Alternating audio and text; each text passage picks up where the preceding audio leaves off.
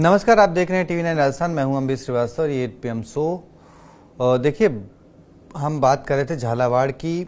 बीते कुछ दिनों से झालावाड़ में जो स्कूल गिरा उसकी, लेकिन आज बात करेंगे नरेश मीणा की। एक बार फिर नरेश मीणा के मामले में अपडेट तो फिलहाल कुछ नहीं है, वो जेल में बंद हैं। 8 अगस्त को उनकी जमानत होगी।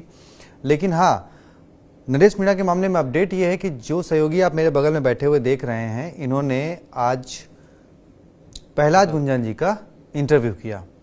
अब इंटरव्यू में जब इन्होंने सवाल किया नरेश मीणा के बारे में, तो उन्होंने क्या कुछ कहा, पहले वो एक बयान आप सुन लीजिए और उसके बाद फिर, क्योंकि इन्होंने इंटरव्यू किया तो इन्हीं से बाकी कुछ जानेंगे कि क्या क्या बोले वो, और अब उसके क्या क्या मायने निकलेंगे और क्या कुछ होगा राजस्थान की राजनीति में आने वाले दिनों में। तो वो अब इस बयान के जरिए समझेंगे। पहले सुनिए ये बयान। देखिए, इस पर मैं ज़्यादा बयान नहीं दे सकता। किसको पार्टी में लेना है, किसको नहीं लेना है, ये पार्टी की गवर्निंग काउंसिल का इंडिपेंडेंट फैसला होता है। इस पर मैं क्या राय दूंगा, बीजेपी किसके बारे में क्या सोचती है, कांग्रेस किसके बारे में क्या सोचती है। लेकिन मैं इतना जरूर कहता हूं, नरेश ने पार्लियामेंट में उस समय मेरी मदद की जब मैं देश की एक प्रतिष्ठापूर्ण लड़ाई लड़ रहा था। और जी आपने कहा कि मैंने बैक किया, बैक नहीं किया। मेरा उनियारा में क्लेम ही क्या बनता था। मैं चाहता था कि एक नौजवान उभरता हुआ असेंबली में जाए, इसलिए मैंने उनियारा के लिए उसकी पैरवी की थी कांग्रेस। और जब टिकट नहीं मिला तो मैंने उससे मना किया था, आप चुनाव मत लड़िए। सार्वजनिक रूप से मना किया था जवाहर सर्किल की बैठक में। और उसने मुझसे कमिटमेंट भी किया था मैं नहीं लड़ूंगा, लेकिन फिर बाद में किस भाव में उसने चुनाव लड़ लिया ये तो वही बता पाएगा। और चुनाव लड़ा और चुनाव लड़ते ही उससे दूसरे रोज जेल चला गया। और जेल से आने के बाद के वो एक बार उसने कहा मैं छूट गया हूं टेलीफोनिक बातचीत पर। उसके बाद मिला भी नहीं, मिलता तो मैं उससे चर्चा करता और उससे जो मुझे उसके हित में उचित लगता उसको सलाह देता। लेकिन अब वो इंडिपेंडेंट स्ट्रेटेजी से चल रहा है, तो मैं तो उसको शुभकामनाएं दूंगा कि ईश्वर उसको उसके मकसद में कामयाब करे।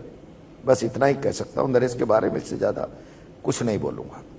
तो देखिए, जब नरेश मीणा 14-13 नवंबर को जेल गए थे, उसके बाद से प्रहलाद गुंजन शायद ही वो कभी किसी मंच पर ऐसा रहा हो जब उन्होंने नरेश मीणा के समर्थन में बात ना कही हो, नरेश मीणा के रिहा कराने का पक्ष ना रखा हो, या फिर उनके आंदोलन के लिए बात ना करी हो। लेकिन जब नरेश मीणा जेल से बाहर आए तो अब प्रहलाद गुंजन जी का कहना है कि वो सिर्फ एक बार उनसे, वो भी सिर्फ बातचीत हुई, मुलाकात वो भी नहीं हुई। अब बाकी उन्होंने क्या कुछ कहा कि कांग्रेस में वापसी को लेकर सब कुछ आपने सुना। तो अब सीधे सहयोगी से ही बात करते हैं। जी, ये आज सुबह ही हमने प्रहलाद गुंजल जी से बात की। हालांकि ये बातचीत हमारी कल होने वाली थी, लेकिन किसी वजह से वो फंस गए थे, तो आज सुबह ये बातचीत हो पाई। अब जब बातचीत में नरेश मीणा को लेकर हमने सवाल किया उनसे, तो सबसे पहले तो आपने अभी जो बाइट सुनी उसमें भी आपने सुना होगा कि वो ज्यादा कुछ बोलने को नरेश मीणा को तैयार नहीं है। और उनका जो लहजा है वो बाकी नेताओं के लिए थोड़ा अलग नजर आ रहा था और नरेश मीणा को लेकर थोड़ा अलग नजर आ रहा था। और इसी इंटरव्यू में उन्होंने बताया भी कि नरेश मीणा जब जेल से बाहर आए, जमानत पर बाहर आए वो, तो उन्होंने सिर्फ एक टेलीफोनिक कॉल किया।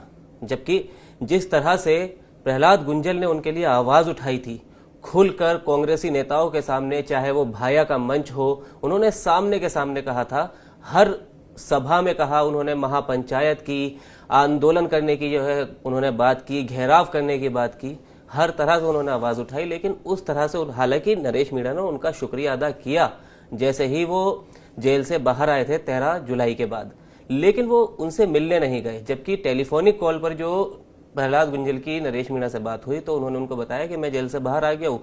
प्रहलाद गुंजल ने जवाब दिया कि ठीक है, तो अच्छी बात है, आओ और आओ कोटा आओ, मिलो और उसके बाद आगे की रणनीति तय करते। क्योंकि जिस तरह से प्रहलाद गुंजल से आज हमारी बातचीत हुई, उनकी बातचीत से बिल्कुल ये साफ नजर आ रहा है कि कहीं ना कहीं उन्होंने अपना पल्ला पूरी तरह से अब नरेश मीणा से झाड़ लिया है। यानी कि अब नरेश मीणा के सर पर जो गुंजल का हाथ था वो अब आगे नहीं रहेगा। क्योंकि हमने इसमें एक और सवाल किया था कि जिस तरह से नरेश मीणा ने ऐलान किया कि वो अंततः से उपचुनाव जब होगा तो उसमें वो दावेदारी पेश करेंगे, लेकिन तब भी उसको लेकर उन्होंने कहा कि देखिए, राजस्थान की परिपाटी हमेशा ऐसी रही है कि दो पार्टियों के बीच यहाँ पे प्रतिस्पर्धा देखी जाती है, हमेशा से ही, लगभग मान के चलिए पिछले 30 सालों से। आप कुछ कहना चाह रहे हैं? नहीं, वो मैं ये तो मैं कई मौकों पर कह चुका हूँ, चाहे घनश्याम तिवारी रहे हो, चाहे खिलूलाल मीणा रहे हो, चाहे हनुमान बेनीवाल रहे हो, या फिर राजकुमार राउत अभी, क्योंकि उनका पहला ही टर्म है जब उनके 3 विधायक 4 विधायक जीते हैं। राजस्थान का इतिहास रहा है।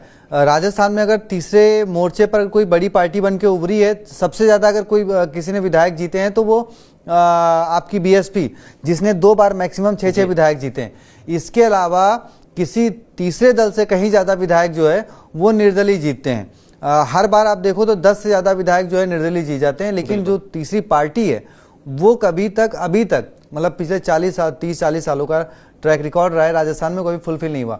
लेकिन आखिर मेरा एक सवाल यहाँ पे ये है, जैसे आपने कहा कि वो उनसे अलग हो गए, वो मतलब अब उनका साथ शायद वो ना दें, लेकिन एक बात ये कि देखिए, जब नरेश मीणा ने जन क्रांति यात्रा की शुरुआत करी थी तब हम सब लोग भी जब डिस्कस कर रहे थे तो यही चर्चा चल रही थी कि क्या वहाँ पे प्रहलाद गुंजन आएंगे। एक बड़ा सवाल ये था जी, क्योंकि भाई जिस तरीके से वो नरेश मीणा हमेशा उनकी बात रखते थे, जिस तरीके से प्रहलाद गुंजन ने जेल में रहने के दौरान बात रखी थी, तो एक ये था कि भाई क्या वो आएंगे, लेकिन वो नहीं आए।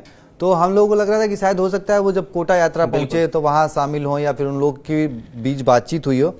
अब इस बयान से तो ये साफ जाहिर हो गया कि नरेश मीणा ने अपनी यात्रा को लेकर उनसे कोई बातचीत नहीं करी, यानी उनके सामने कोई अपना नहीं रखा कि हम ये यात्रा निकाल रहे हैं।